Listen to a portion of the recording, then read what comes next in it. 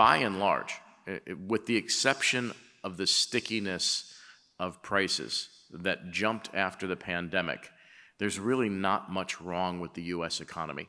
When you look across a wide variety of industries, we're seeing employment. We're still seeing labor shortages in some areas. Certainly in healthcare, that's been the case. And it's also been, in recent months, one of the driving factors in pushing up employment. We've seen more hirings in healthcare and in education than almost any other component of the economy, services as well.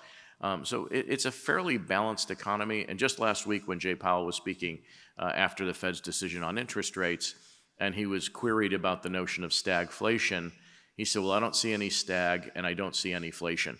And when you go back and look at this historically, and that word is being bandied about and has been bandied about quite a bit for the last several years.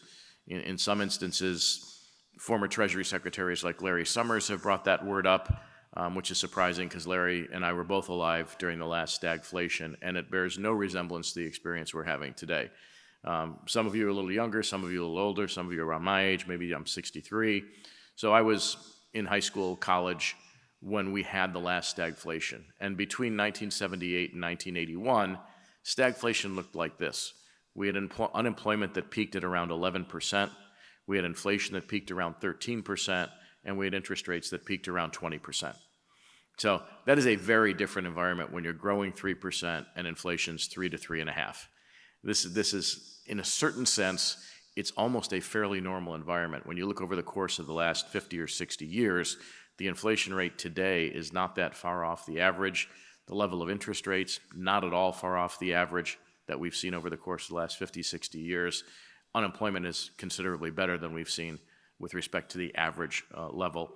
And so there's a lot of wailing and gnashing of teeth, if you will, over what we're experiencing today. And it seems that the single most important element is that in the post-pandemic environment that prompted two waves of massive government spending along with zero interest rates, again, from the Federal Reserve, the price level itself has jumped rather dramatically.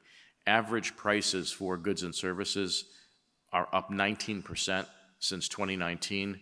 The price of groceries, on average, up about 25%, and the price of housing is up about 40% for a wide variety of reasons. And some of these prices have become sticky. They've stayed there. They won't come down. What has come down is the rate of inflation, not the overall level of prices. The only way you would get prices to fall back to 2019 levels, you have to take 2020 off the table because we were in the midst of a deflation that was very damaging to the economy, would be to have a recession, an engineered recession where the Federal Reserve drives the economy into the ground in order to squeeze all those prices back down. That's probably not going to happen. The Fed may try to continue to slow the economy. It may keep rates higher for longer, depending on future inflation data, some of which we'll get next week. But generally speaking, the rate of inflation has slowed to levels that are effectively fairly normal. They're still above the 2% target that the Fed has, which in some ways is an arbitrary target. I mean, again, average inflation rates over the last 50 years have been about 3%, 3.5%. So we're not that far off what we've experienced through the course of our lifetime.